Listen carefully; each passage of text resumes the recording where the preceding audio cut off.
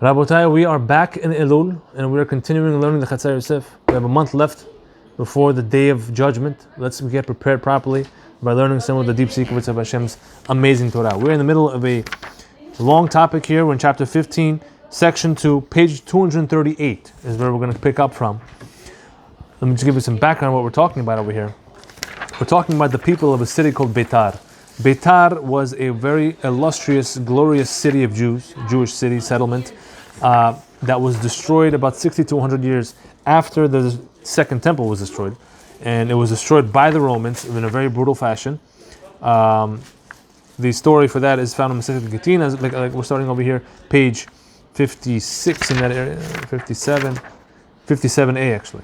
Nun Zayin with Alpha over there talks about why Beitar was destroyed, what the incident that led to it. But the main thing we're analyzing here is this short cryptic piece in the Gemara. I'll read it quickly here. It's on page 231. It says that regarding the war that followed in Beitar, that after the Romans came and destroyed them, the following verse was analyzed about it. This verse is found in the book of Echa, chapter 2, verse 3. It says, He, meaning God, He has cut off in His anger all the horn of Israel. Rabbi Zera says in the name of Rabbi Abahu and the name of Rabbi Yochanan, this is referring to the 80,000 horns of war who entered the city of Beitar at the time that the enemy took it, and they killed in it men, women, and children until their blood went and fell into the Yam HaGadol, which is the Great Sea.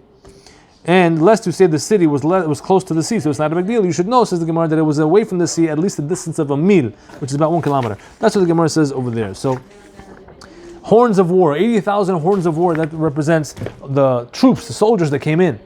Each horn, they used to blow horns, each horn was like for one troop, one legion. So imagine how many troops came in to destroy that city. And then we explained how the meaning of that word horn, keren, kuf resh nun, had a lot of deep meanings connected to Sefirot, God's attributes, metaphysical powers, transcending. That was in all the first few videos. This is already number 4 or 5, I have to double check. I think it's number 4, or maybe it's number 5. I think it's number 5 of this chapter, because it's a very big chapter. But right now we are talking about the following topic. Leadership in Judaism.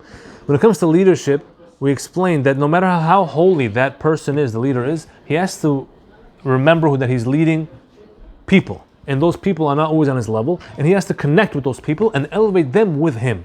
That's the main goal that we're talking. That's the main idea we're talking about. We gave an example last week about how Rabbi Akiva did that in his prayer and how the way he used to pray. Look at that video. We explained how he didn't neglect the people.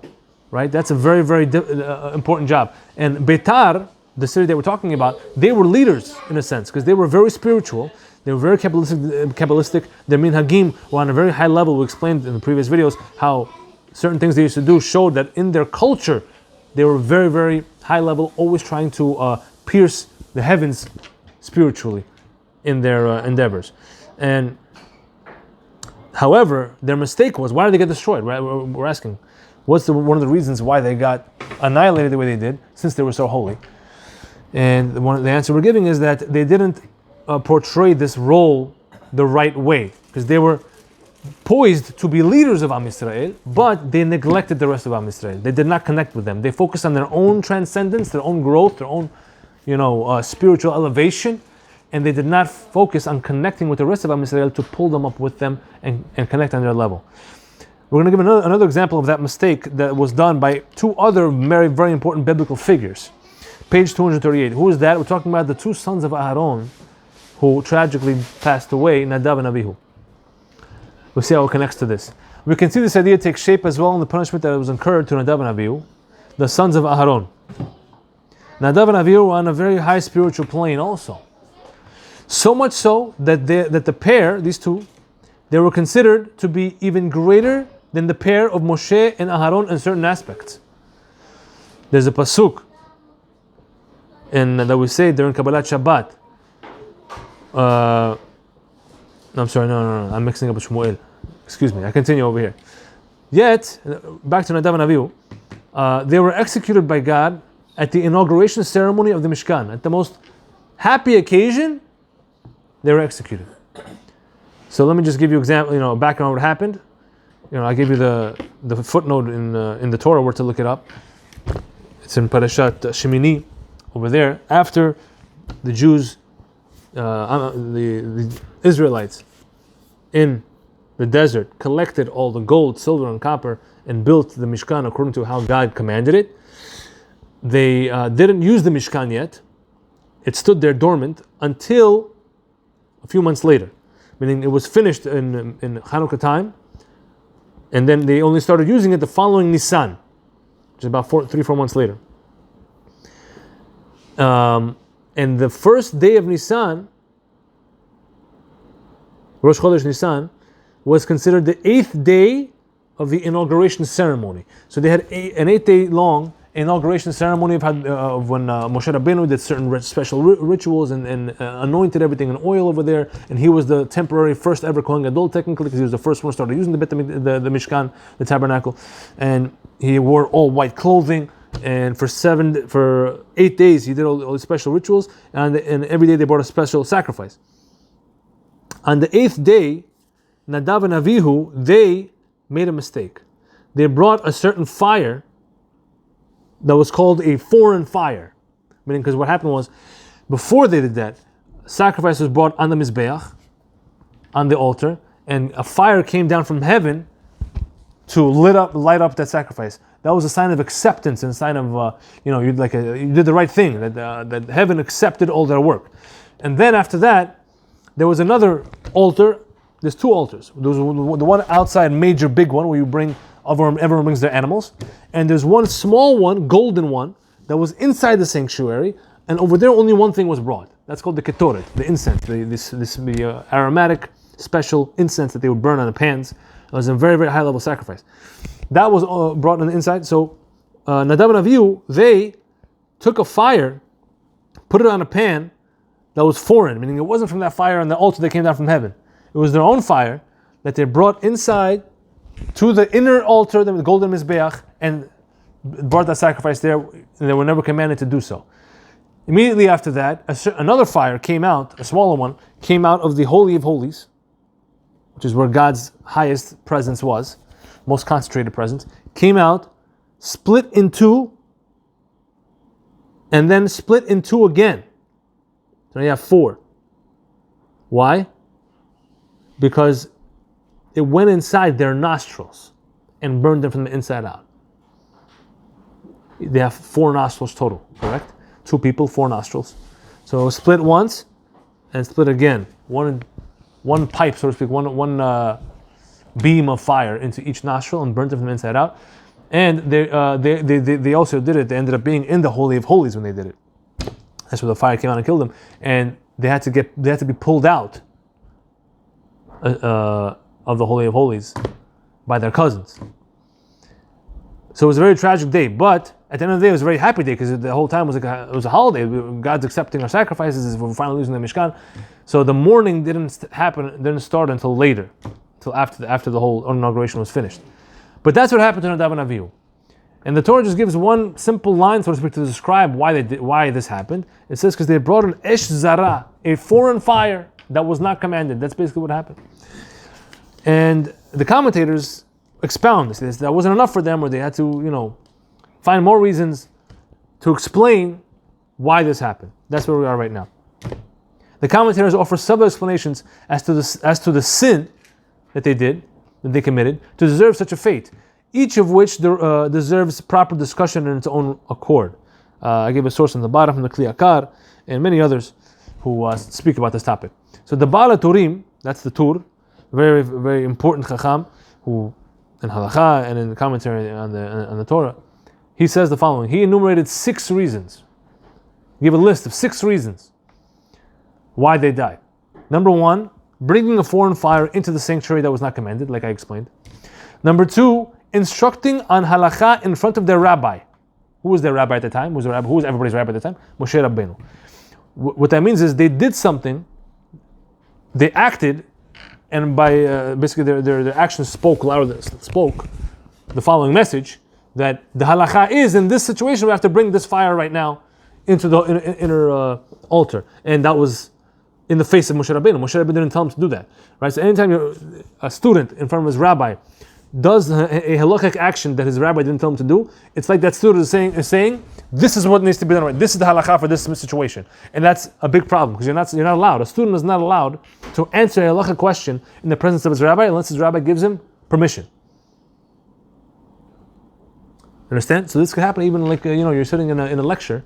You have a few guys who come all the time to the lecture. They're the rabbi's personal students. They love him, they respect him, they're with him all the time. And you have some other guys who are not so, who don't come as often. And then the other guys ask a very simple, basic question. And instead of giving the rabbi a chance to answer, the students jump in and say, it's like this, X, Y, Z. Well, you don't know? They answer the question in front of the rabbi. It's a big problem. You're not allowed to do that. Unless the rabbi says, you want to answer this question? B'chavod. That's something else. He's testing you, he wants to see your knowledge. That's fine. Otherwise, it's a big problem. So that's number 2, the mistake they made. Number 3, drinking wine before doing the holy service. A lot of commentators say they drank wine before they did this, and that's why they were punished. And that's why right immediately after that, God gives the commandments to Aharon, a Kohen, directly. Aharon was also a prophet. He tells them through prophecy the laws of Kohanim drinking, or the fact that they're not allowed to drink, before doing any holy service in the temple or in the Mishkan. So all the Chachamim ask, why are these two parts in the Torah next to each other? To teach you that one of the reasons why they died, Aharon's sons, is because they broke this law. Did they know?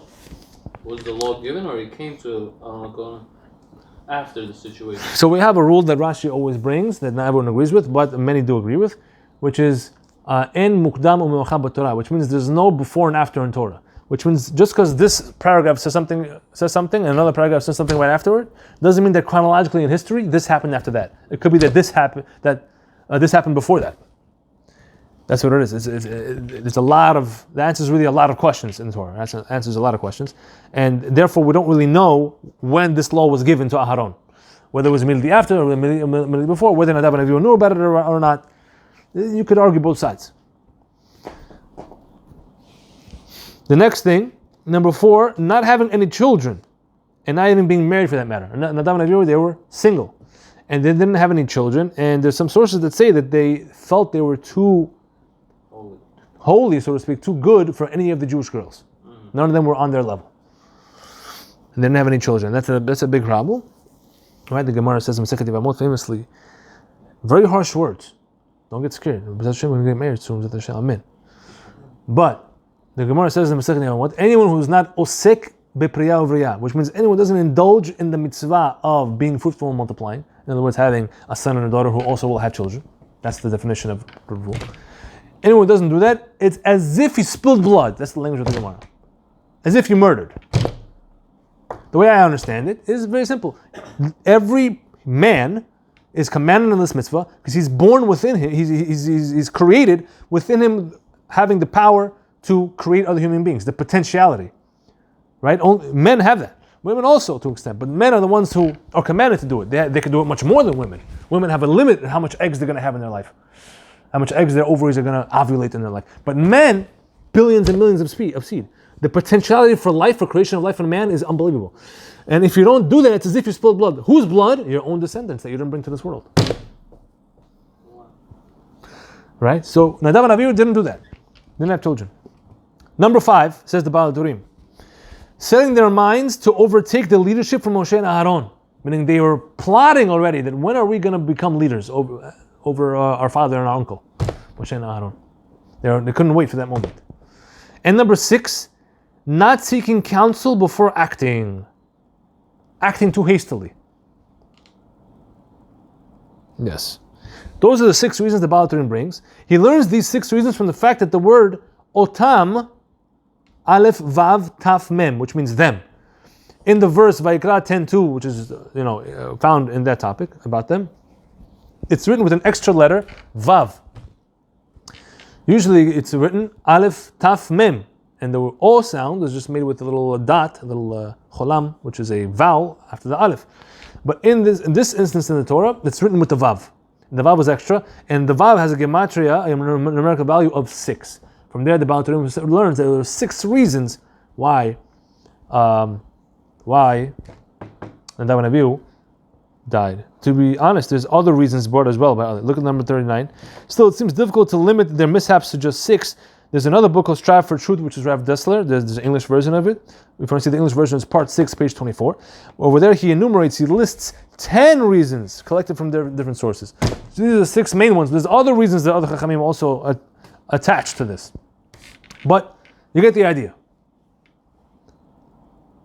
Now we are going to suggest another reason, but really it's the same reason that strings everything together. Considering what we've learned thus far, we may peer more prudently, which is a fancy way of saying look deeper, at the core mistake of Nadav and Avihu. We consider that their miscalculation was that they only wished to engage in personal transcendence and not with the others around them, causing a disconnect between them and the people whom they were destined to lead after Moshe and Aharon. And this is the same mistake, Rabotai, that we keep saying that Rabbi Akiva didn't make, and that the people of Beitar, which is the topic of our Gemara, did make. They had amazing potential of spiritual leadership, but they didn't use it properly in connection with the people. That's what we're saying about Nadav and Avihu. Humbly, in our humble opinion, we could, defend this notion. Instead of doing the incense service on the outer altar with the existing flame that was already sent down from heaven, like I explained, as Aharon was commanded to do that day, they took a fire from outside the boundaries of the Mishkan, a fire that was considered foreign and not sanctified, that they made on their own, a fire that they ignited on their own in their quest for personal transcendence.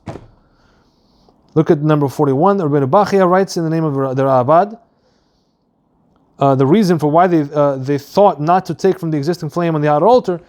He explains over there a long reasoning. But at the end of the day, they bought a fire, not from the fire that came down from heaven. After all, this ordeal took place on a day that was imbued with the opportunity for ultimate transcendence. That day itself was an opportunity for everyone to jump spiritually. Why? Since it was the 8th day of the inauguration of the Mishkan, like I said, the first day of Nisan was the date, but it was the 8th day consecutively of the inauguration, and we have already belabored the point. I like that word, belabored. It's a very powerful word. We've belabored the point in the past 4 videos and in this chapter that the concept of 8 is all about transcendence. 8 is beyond 7, and 7 is what the physical world runs on. Everything in the physical world can be described in a power of 7. And 8 represents beyond the physical world, transcending into the upper physical realm, spiritual realm, so to speak, beyond just the physical. So that's what 8 represents, and it was on the 8th day, of course, that this happened.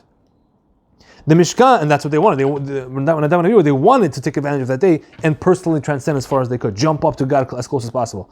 The Mishkan would serve as the vehicle of transcendence by which the people would connect with the higher realms. So it was only fitting that the inaugural offerings were brought on the 8th day, and it was only fitting that Nadav and Avihu would attempt to use the energy of the day to transcend as well. However, their mistake was that instead of partaking of the spiritually uplifting event together with Aharon and Moshe, who were the leaders at the time, they decided to attempt a connection from their own accord, from a source foreign to the congregation. Perhaps this is what the Ibn Ezra, a very important commentator on the Chumash, what he alludes to when he says, Shemida'atam asu, which means simply, since they did it of their own da'at, which means knowledge, their own opinion. But on a deeper level, da'at, we explained before, is a term describing connection between 2 of the upper sefirot, 2 of the 3 upper sefirot that we explained, specifically between Chokhmah and Binah, which are the sefirot, the attributes of deeper thought, wisdom and understanding, right? We said that da'at is the connector between those 2. Da'at means a connection. Okay, how do we know that? The example I always give is in the very beginning of the Torah, when it describes Adam and Chava, when they had their first children, it says that Adam yada et Chava, et ishto.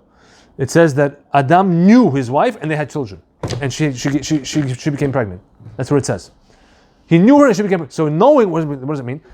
It means they had relations. They had connecting physical relations, and that's a ultimate connection between 2 ideas. That's also, by the way, Chokhmah and Binah. Chokhmah is male, Binah is female. Right? Connection, then you have Da'at, and then you have the children that come after that. So Cain and Hevel were the children. the Sefirot that come below that, the lower 7. But I digress. The point is, whenever you know something, whenever say a person has da'at, he has knowledge of the matter, that means that thing that he knows is connected to his being, to your ultimate being. That's how you know. That's how you know it. You can only know it if it's connected to you in your mind. Otherwise, you don't know it. It's gone. So knowing is connection. Da'at is connection. So here, when the Ibn Ezra says, he has a lot of words that he really puts a lot of Kabbalistic ideas into his words. He was Faradi, of course, and Faradim love to use love to always hint at deeper mystical things. So he says that they did it from their own knowledge, which means they did it from their own attempt to connect, attempt to create the da'at, the knowledge, the connection with the upper realms. Right? The goal of transcendence is to reach into the realm of the upper 3, beyond the physicality of the lower 7. That's what transcendence is. Right? We have the lower 7 of the physicality and the upper 3 of Chokhmah Binah Da'at of the realm of knowledge and spirituality and planning and precursor. Right? So anytime you want to ascend, that's what transcendence means. Thus, the Ibn Ezra's words may be understood as follows. They did it from their own da'at, meaning they did it to achieve their own personal transcendence into that upper realm, like we explained. What did they think was going to happen? What did you say that they think was going to happen? If I was to try to defend them, because obviously they were not dumb, they were very intelligent people, I would say they thought that they would be able to cling to God in such a way that was almost a euphoria. It's almost like with their body and soul. Yeah. With their body and soul. Good question. Yes, because at the end of the day you have to elevate the body, but the body becomes more spiritual when a person becomes more refined. Right? Like we saw, man was first created where the body was secondary. The body itself was upgraded to be able to have the soul shine through it. Right? That's how Adam was. He was a beaming light. But after he sinned, after he succumbed, he chose body over soul. He succumbed. So the soul, the body became much more physical, dense, meaty, right? And that it took precedence. And the soul, now you can barely see it inside a person, right? So the whole point is they're trying to achieve that status, to revert back to the ultimate human possible status. Did they think they would come back down after and share this with the people, or they just thought they would keep it to themselves? So the argument we're making here is that they did not, that they did not give enough attention to the people. That they thought that they could elevate their bodies and souls that high up, and then didn't even think twice about what's going to happen with the people. We'll deal with the people later, sort of thing. Which is get this high and then figure out the consequences after. Yeah, or something. Exactly. Or they could have said that the people don't need it. We need it. We're the leaders. They don't need to. They won't understand this. They're way down there, sort of thing. So what happens then? So they did. So were they wrong? They were punished. They were killed. Right. They were wrong. That was their atonement. They were wrong. Yes, they're wrong, because as a leader, you cannot neglect your followers. As you grow, you have to make sure your followers are growing with you proportionally. If you're jumping, ascending, and you're leaving them in the dust, that's not a leader. They weren't the leaders, they were second leaders. Right, but they were meant to be leaders eventually. Everyone knew that. Everyone was waiting. They went against, not again, but like it was the reason number 2 or whatever. They went around there. So who became the leaders after them? Well, they said halakha, by bringing the fire. It's like as if they dictated a halakha in the presence of the rabbi.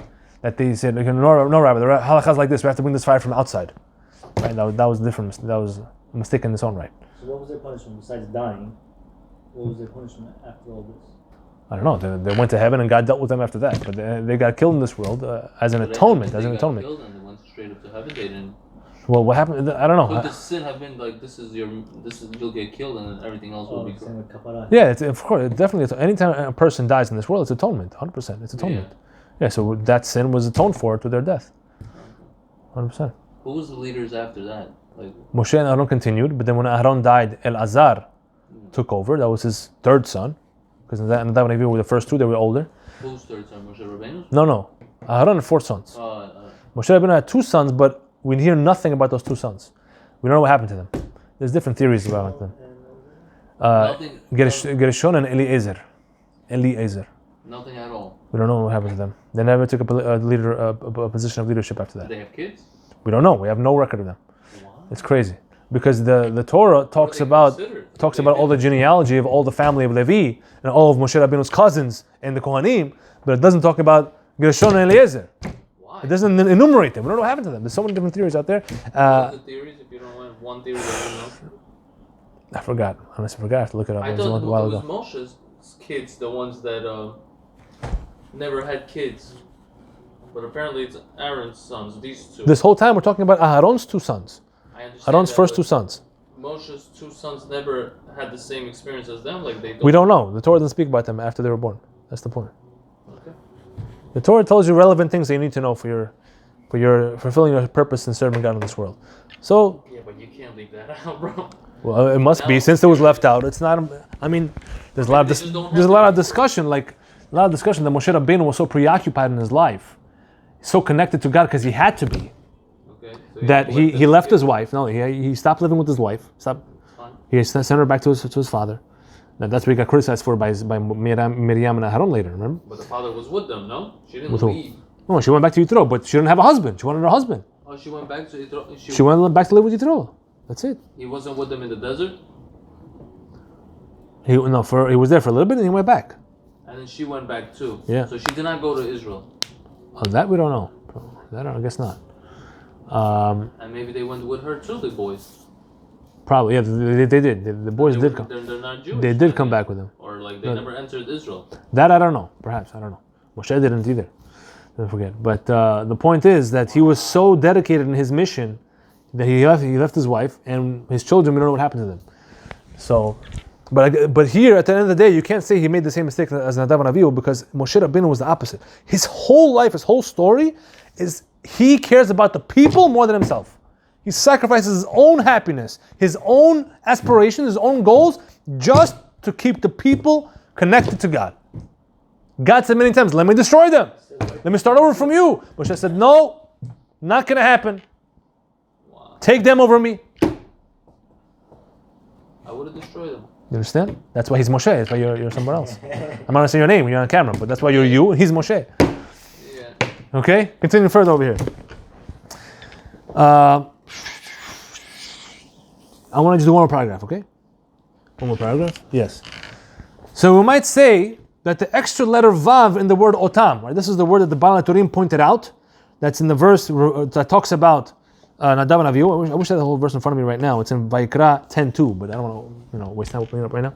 I didn't memorize it. But over there it says the word Otam, which means them in reference to Nadav and Avihu, with the extra Vav that we spoke about. The Baal HaTurim based his list of reasons based on this word, that there was extra Vav, and therefore Vav is 6, and so it's six reasons. We can say that word is actually hinting at this very reason that we're describing now, that they didn't connect with the people. That they attempted to employ that, what the Vav, they attempted to employ what the Vav represents. That's what is extra Vav in our opinion. What do the Vav represents? Connection to the higher realms. Vav means and, it's a connector. The word Vav, the actual word Vav in the Torah, when it's used, Vav, it means a hook that connects things, right? And many other reasons how Vav is a connector. So how does Vav mean connection? I explain it here actually, I always do that. The prefix of Vav to any word means and, connecting words and ideas together. The name of the letter itself, Vav, means a hook, whose basic function is to connect things. The most spiritual of letters, the letter Aleph, like we spoke about before, that's the most spiritual letters. Its structures is made up of two yuds reflecting over a diagonal Vav. Vav with two yuds, yud over here, yud over here, that's an Aleph. Right? And we explained that the gematria of yud is 10, alluding to the 10 sefirot, those 10 attributes and lights that God uses to manage the world, and how they reflect from the higher worlds into the lower worlds via the connection. Right? There's a yud over here, yud over here, that's the upper worlds, here's the lower worlds, and the Vav is the mirror that it reflects through, so to speak, the connecting again, the idea of connection. Thus, the word otam, them with the extra vav, describing Nadav and Avihu has the extra vav to show how much they invested in achieving that transcendent connection. But their execution of it was too self-centered, which is clearly evident with the simple reasons that the Baal HaTurim listed. Let's review them. Let's go through all the 6 again, not in the same order, but I'm going to show you how they're all connected to the fact that they didn't want to connect to the people. Reason number 4 was that they did not have wives or children, meaning they lacked the family construct, which clearly indicates that they had no intention to connect with other people, right? You have to connect with your wife, with your children. They didn't even do that. That's number 1. Number 6, the same goes for they're not taking counsel from others. Number 6, they didn't take counsel from others. Why? They don't want to connect with them. They know better. I don't need you. There's no connection with the people, with others. Reason number 2 was that they instructed halakha in front of the presence of the rabbi, which means their bringing of the foreign fire was tantamount to an act of instructing the halakha in the presence of the rabbi Moshe, which shows that they did not even make a strong connection with one of the most important figures in anyone's life, which is their rabbi. They weren't connected enough with Moshe to respect him, not to do this in front of him. Number 5, they're setting their minds to overtake Moshe and Aharon shows their desire for self-centered power. Right? There's a little bit of ego in there. We're going to be leaders one day. That means, again, they're self-centered and not connected. And the reason number 1 brought over there was their bringing of a foreign fire itself was an act in pursuit of personal transcendence, as we explained above, because we said that it was the 8th day, it was the inauguration, it was the Mishkan, it was the opportunity to connect with God and not with the people, and that's what they did. Number 3, one of the reasons was they drank wine before they did this, and their drinking of wine before doing the service complements that as well, since wine has the power to bring one to a state of more easily achieving transcendence. Did you know that? If you have wine in the right measure, with the right kavanah, it actually makes you more spiritual in that moment. Right? It's hinted by the fact that the gematria of the word wine, yud nun, yain, is equal to sod. Sod means secret or depth of wisdom or foundation. Right? We have a famous statement, nichnas yain yatsa sod. Wine goes in, secrets come out. When a person drinks wine, secrets come out. It's the gematria of 70. That's why I don't drink. Right? So therefore, again, so they drink wine perhaps with this intent in order to connect better. Self-transcendence, but not with the people. All of this shows their disconnect with the people. Now, if they had dropped these faulty intentions, of which there are 6 as we counted them, represented by the extra letter Vav, then the word for them, otam, would be Aleph Taf Mem. It would be spelled without the extra Vav as usual in that verse. Aleph Taf Mem. Right? So everything is in that Vav. Vav is connection, Vav is 6, all the things they did wrong. Right? So if they dropped it, it would have been correct. But look at this. The beauty here is that this is the same word, otam, that spells the word atem. Atem means you guys, you plural, v in Russian, right? Otam means them, but atem means you plural, same letters, without the vav.